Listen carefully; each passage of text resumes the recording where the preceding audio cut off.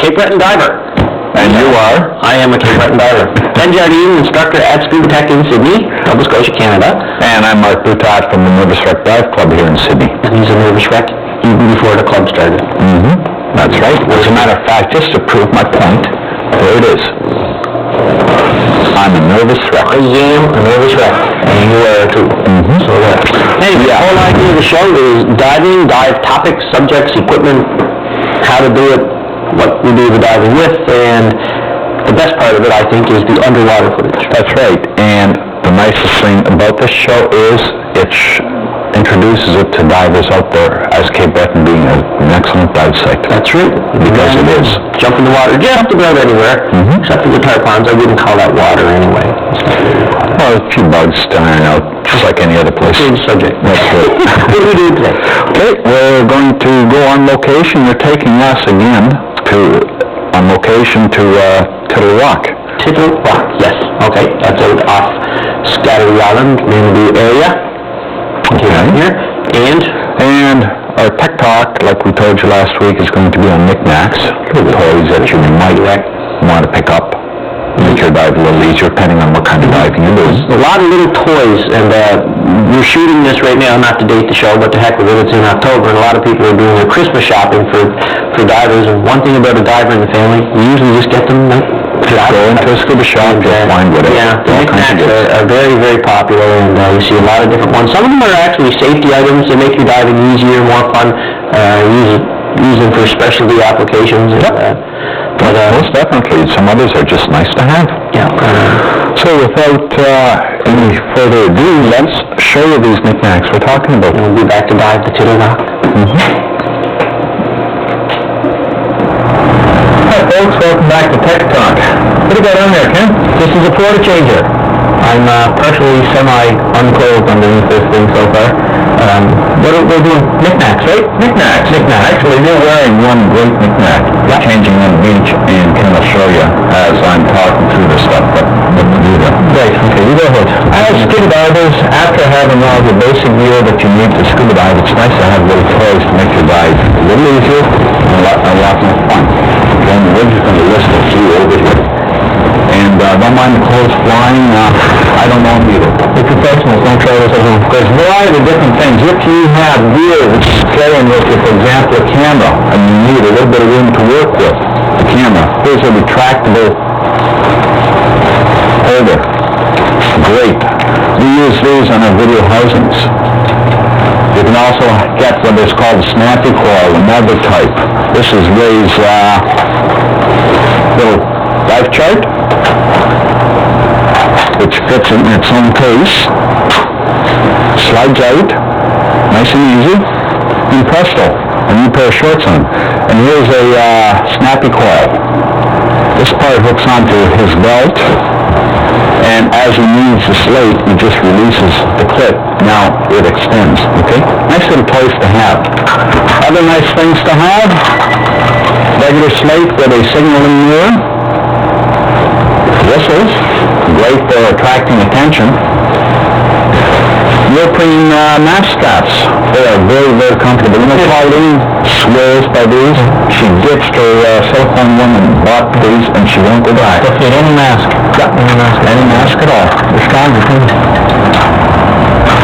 Here's a nice little toy. It's called a C-snip. It's a pair of scissors. Okay, just to demonstrate how strong they are, here's an American penny. Definitely wouldn't do this to Canadian pennies. It will actually cut this. The value of a Canadian penny wouldn't hurt me if it was made to scale. It actually cuts it. They're great to have. Great for entanglements and fishing line and ropes that need to be cut. So clipping the cap off the record and the celeb there. Excellent idea. Excellent idea. This is my favorite here for the those dice slates. They're nice. Yeah. What the heck is that toy, the kid's toy called? Main-A-Deu. That's all it is, a Main-A-Deu. A Main-A-Deu pen. Works great for talking to your buddy underwater. Yeah, that's right. Best way of signaling altogether. Now, if you don't happen to like these retractor cables and these snappy coils, you can use lanyards. A attached to almost any item. Here's an example right here on this. You can also use air tire inflators that hook onto your low pressure whip on your scuba tanks. There's slow bags for safety. There's line cutters, hose racks, lift bags. Speaking of wraps, we could probably do this all day. Yeah, that's just true. Like this could just keep going on and on and on. So even for non-divers, a lot of applications. That's right. Okay. So until next time, have fun, stay safe, and we'll see you in the water. I forgot about that porta change. I did too. You know, look like Batman. Yeah, well, I tell you, I use that thing a lot, folks, and it's great because for years, as a diver, you get out to a dive site and you're in your car with the doors closed and trying to pull on your wetsuit so you're not out there getting arrested for indecent exposure. The thing, what happens is a lot of these dive sites are right off the road. You're standing right on the side of the road. Yeah. You're trying to change into your gear or out of your gear and that. And got to be a little careful at times, especially in mixed company diving. This is true. And these things are great. Really great. Yeah. Okay, we're heading for Tittle Rock. Right. Why don't you show us on the map? Okay, here we are, folks. We're talking out here in... Where am I? Oh, Main-A-Deu, here we are. We followed Highway 22 heading for Lewisburg, go past Tittle Bridge, took a turn at Catalone, right out to Main-A-Deu, which is the hand of God, right, Mark?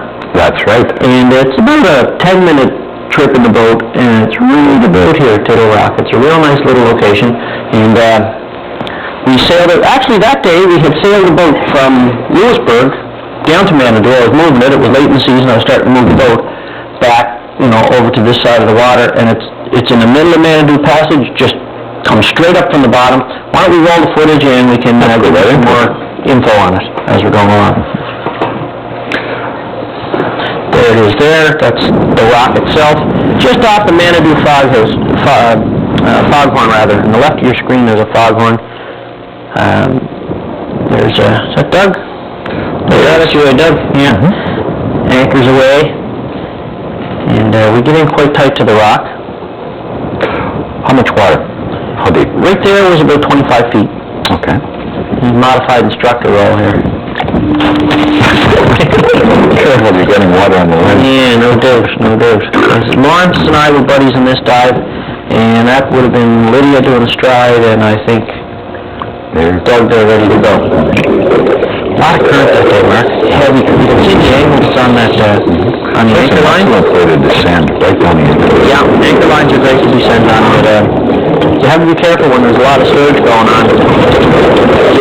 The rope will snap tight. Exactly. And that's your watch out. Notice anything about this picture, this footage here, Marky? Yeah, you have no hood on. No hood and no gloves, folks. This was done in mid-August, Lawrence?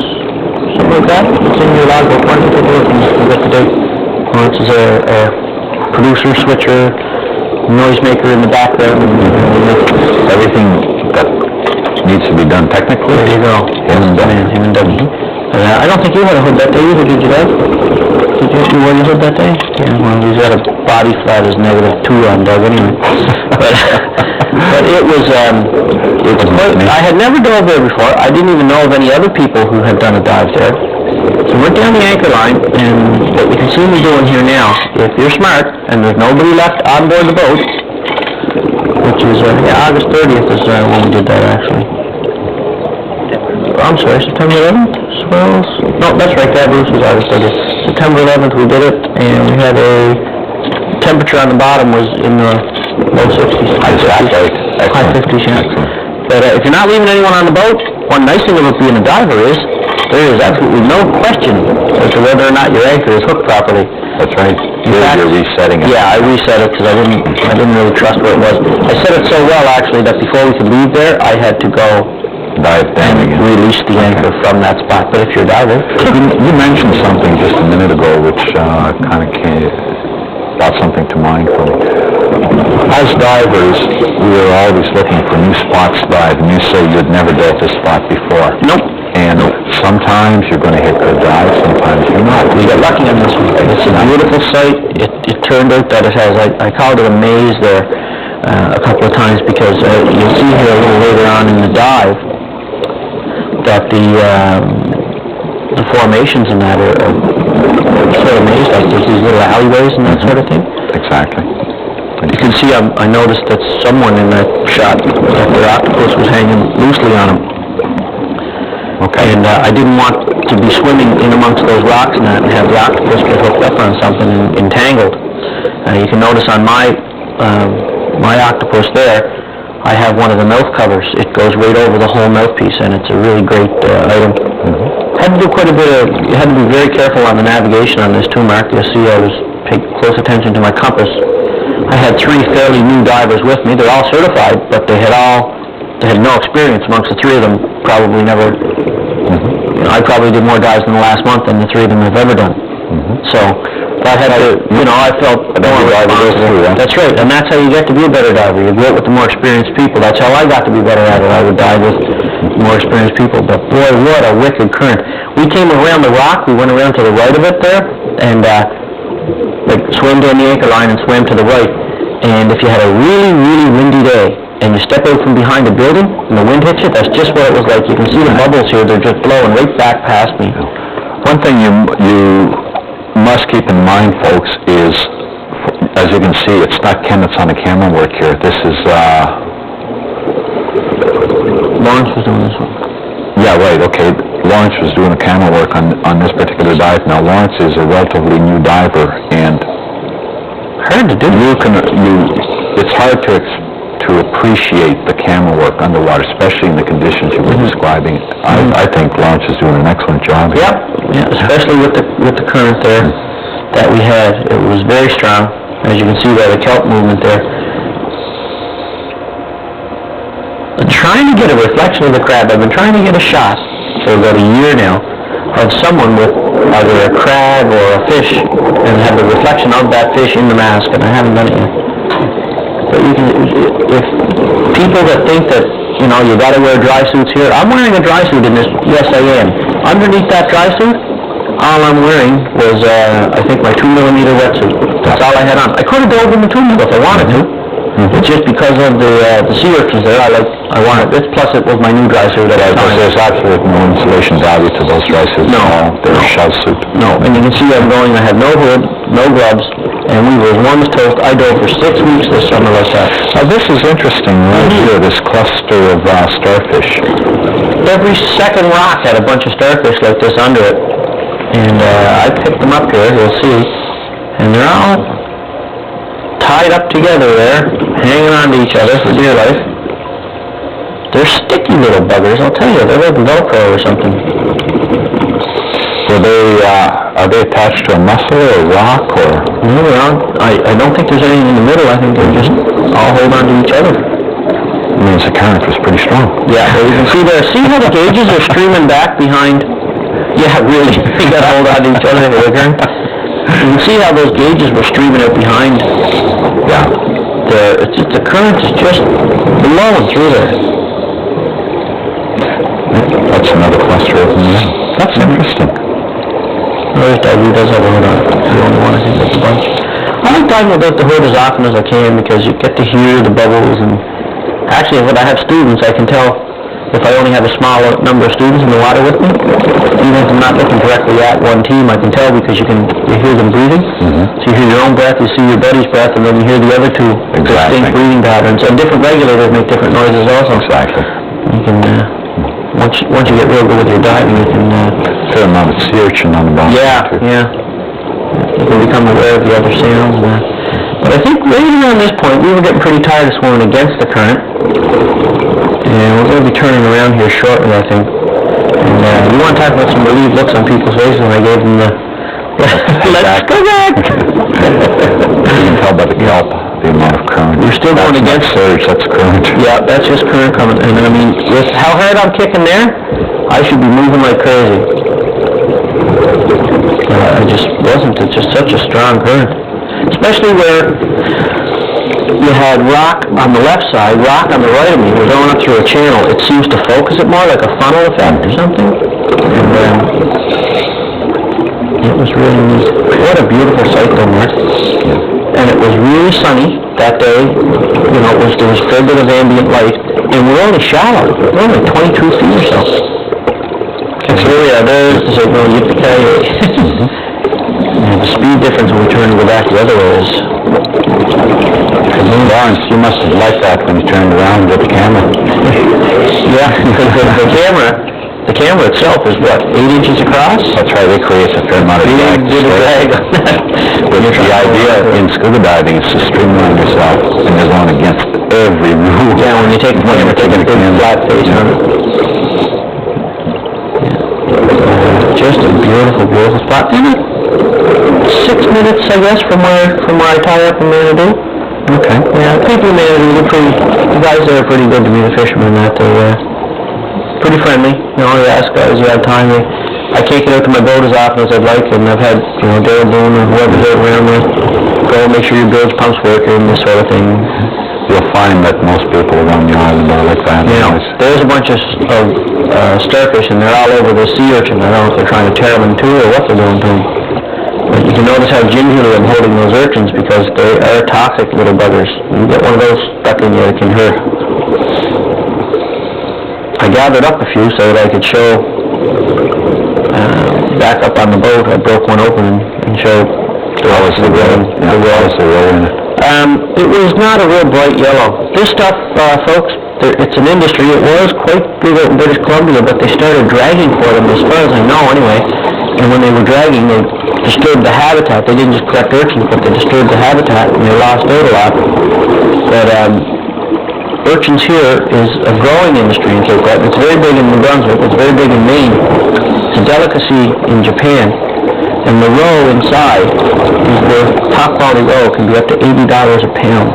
In Japan? For 1 pound of it. So that's quite a bit of money, you know, for 1 pound urchin. But you need quite a bit of urchins to get 1 pound of roe. I'll say you don't even have a spoonful of roe. No, per urchin, there's not a lot in there. And it's very subjective, too. You can have, you know, 2 10-pound lots of urchin, and one of them is worth a certain amount per pound, and the other might be worth double, depending on the color and the texture of the roe. Now this is, we had gone on the lee side of the rock, so we didn't have the current beating us around so much, just a little bit of surge there. And we were in between Tittle Rock, which would be on my right, or the left of your screen, and one of the sunken rocks, which would be on the right of your screen. Lawrence is up against that. That's where he sort of got himself pinned in. He's fighting a little bit of a current there, too. A little bit. It's all just by the, the surge.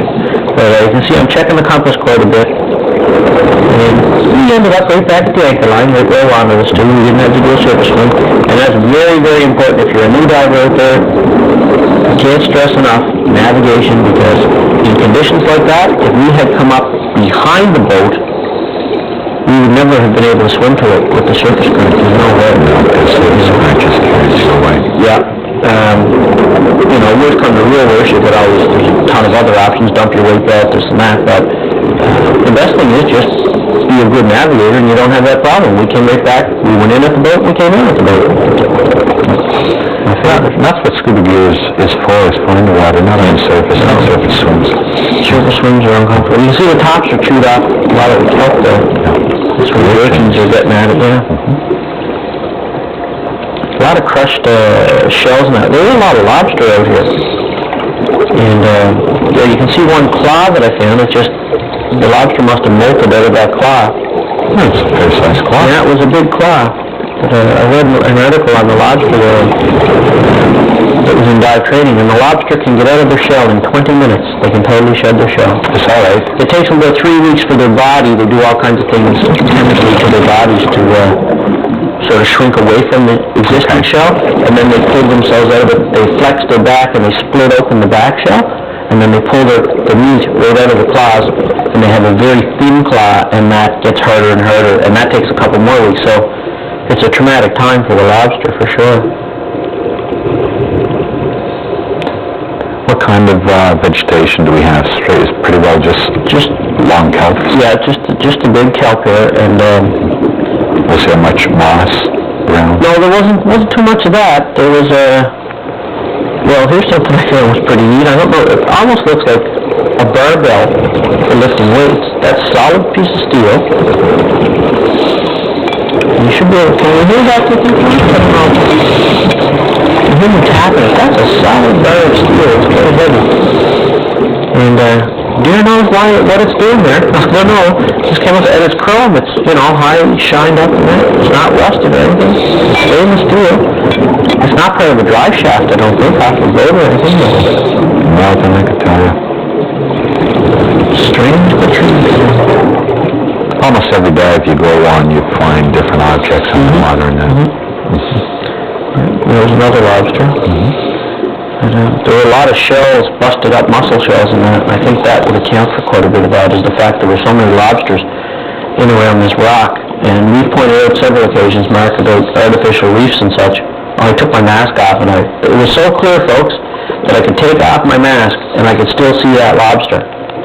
And I was just sort of playing with him a little bit there, putting my mask down close to him, and he would snap at it. But I could see that lobster was playing without my mask on as I could with it. Know what I'm doing here? You're trying to catch an air pocket in your hands. I'm trying to catch an air bubble between my hand and my forehead, and if you do that, you can actually see. And I did catch a bubble for a small portion of it that I could see very well. Yeah, because the whole purpose of the mask underwater is to create an airspace between your eye and the water. As you can see here, we're coming up, and let's see. Poof! They had already gotten up. They were a little harder on air than we were. We lasted a little longer there, but it was a great dive. Very nice dive. Very enjoyable. And I imagine once I get back in the water, I'll be a real pig on air myself. It's been a while. It was super warm, and I dove later on that day. I dove out off the end of S3E7 Island, so that was really neat too. Great. I really enjoyed that. Great. But it was an exploration dive. We didn't know quite where we were going to go. We knew we were going to dive somewhere. We loaded up the boat with all the camera gear, etc. Went there. Just headed towards S3E7. Didn't know if we were going to go in where Charlotte Cove, get some scallops or what. And then I saw the rock there. I thought, I've always wanted to dive there. Quite often there's seals that are in that rock. Is that right? Okay. Just a point of interest to newer divers out there. Just because a spot has not been dove by experienced divers, for example, does not mean that you cannot go in and check the spot out. You may come up with one of the best dive sites on the island. That's how all these sites... Look at Long Island, one of our favorite spots that takes students now. There's me, Russ, Rowley, and I think Andrew Ginger went out one morning a couple of years back and just gave it a try. New Hamilton down by that wharf, that's right, platform they have there.